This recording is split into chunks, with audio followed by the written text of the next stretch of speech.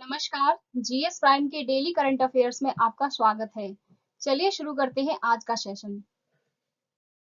आज के सेशन का पहला प्रश्न है, राष्ट्रीय मत्स्य किसान दिवस कब मनाया जाता है?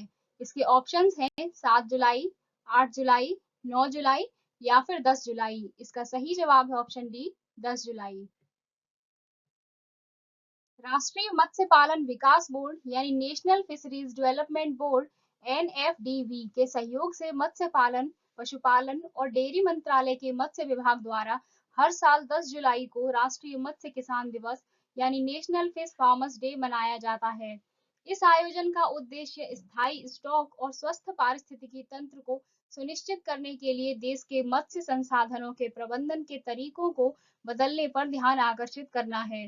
यह दिन मत्स्य किसानों, जलीय उद्यमियों, मछुआरों, हितधारकों और मत्स्य पालन में उनके योगदान के लिए मत्स्य पालन से जुड़े किसी अन्य व्यक्ति को सम्मानित करने के लिए मनाया जाता है।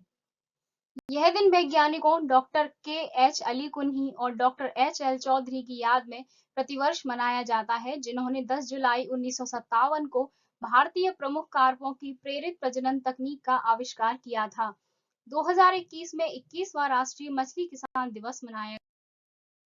दूसरा प्रश्न है, हाल ही में भारतीय सेना द्वारा फायरिंग रेंज का नाम किस अभिनेत्री के नाम पर रखा गया है? इसके ऑप्शंस हैं हेमा मालिनी, विद्या बालन, रेखा या फिर जया बच्चन।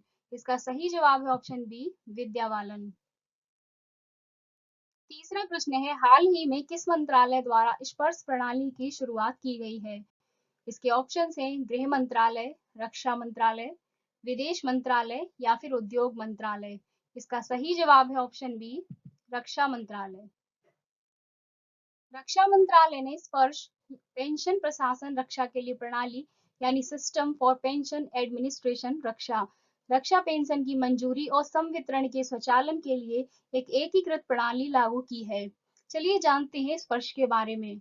स्पर्श उन पेंशन भोगियों को अंतिम छोर तक कनेक्टिविटी प्रदान करने के लिए सेवा केंद्रों की स्थापना की परिकल्पना करता है, जो किसी भी कारण से सीधे स्पर्श पोर्टल तक पहुंचने में असमर्थ हो सकते हैं।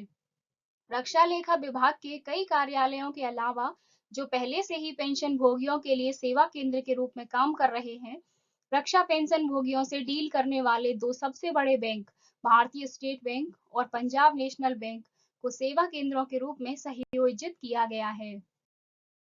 चौथा प्रश्न है, हाल ही में भारतीय नौसेना पोत आईएनएस तंवर ने किस देश की नौसेना के साथ अभ्यास किया है? इसके ऑप्शंस हैं फ्रांस, जर्मनी, इटली या फिर जापान। इसका सही जवाब है ऑप्शन सी, इटली।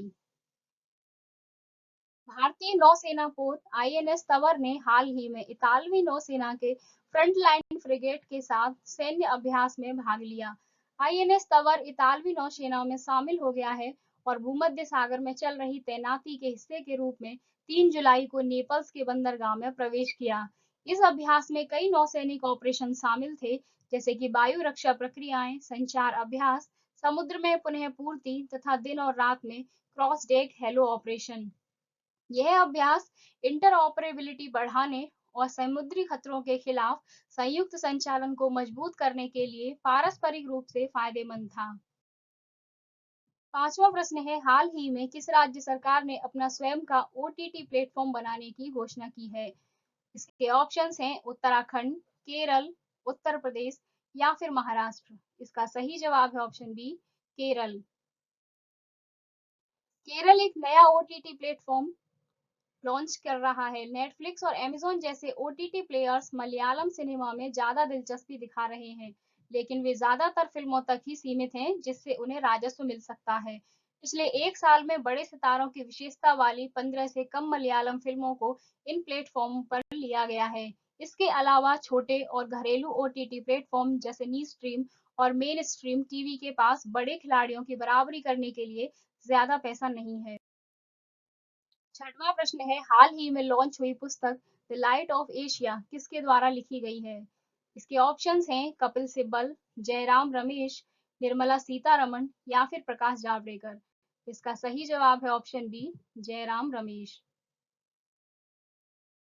सातवां प्रश्न है, हाल ही में उत्तर पूर्व का कौन सा राज्य भारतीय रेलवे के मानचित्र में शामिल हुआ है? इसके ऑप्शंस हैं त्रिपुरा, मिजोरम, मणिपुर या फिर असम। इसका सही जवाब है ऑप्शन सी, मणिपुर। असम के सिलचर रेलवे स्टेशन से एक यात्री ट्रेन राजधानी एक्सप्रेस परीक्षण के लिए मणिपुर के बेंगाई चुनपाउ रेलवे स्टेशन पर पहुंच गई है, जिसने राज्य को भारतीय रेलवे के मानचित्र में शामिल किया है। ट्रेन ने दो पूर्वोत्तर स्टेशनों के बीच 11 किलोमीटर की दूरी तय की, जिसमें रेलवे अधिकारी सवार थे। ट्रेन मणिपुर के जिरीबाम रेलवे स्टेशन पर कुछ समय के लिए रुकी, जहां राष्ट्रगान के साथ राष्ट्रीय ध्वज फहराने से पहले स्थानीय नागरिकों द्वारा रेलवे अधिकारियों का स्वागत किया गया। विशेष रूप से बेंगाई चुनपाओ इम्फाल रेलवे लाइन भी निर्माणाधीन है। एक बार पूरा होने के बाद यह इम्फाल के पास सबसे लंबी रेलवे सुरंग होगी। 8वां प्रश्न है, हाल ही में मनु साहनी को किस संस्था के सीईओ के पद से हटाया गया है? इसके ऑप्शंस हैं बीसीसीआई, आईसीसी, आईओए या फिर एफआईएच। इसका सही जवाब है ऑप्शन बी, आईसीसी। अंतर्राष्ट्रीय क्रिकेट परिषद आईसीसी ने मनु साहनी की मुख्य कार्यकारी अधिकारी के रूप में सेवाओं को तत्काल प्रभाव से बंद कर दिया है। यह फैसला आईसीसी बोर्ड ने अपनी बैठक के दौरान लिया। जियो फेलोडिस कार्यवाहक सीईओ के रूप में बने रहेंगे, जो आईसीसी बोर्ड के साथ मिलकर काम करने वाली लीडरशिप टीम द्वारा समर्थित है।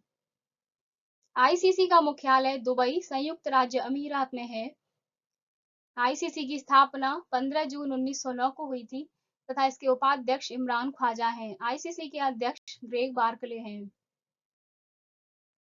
9वां प्रश्न है, हाल ही में किस अभिनेत्री द्वारा द प्रेगनेंसी बाइबल पुस्तक लिखी गई है? इसके ऑप्शंस हैं गीता बसरा, नीना गुप्ता, करीना कपूर या फिर जूही चावला। इसका सही जवाब है ऑप्शन सी, करीना कपूर। 10वां प्रश्न है, हाल ही में विश्व जनसंख्या दिवस कब मनाया गया?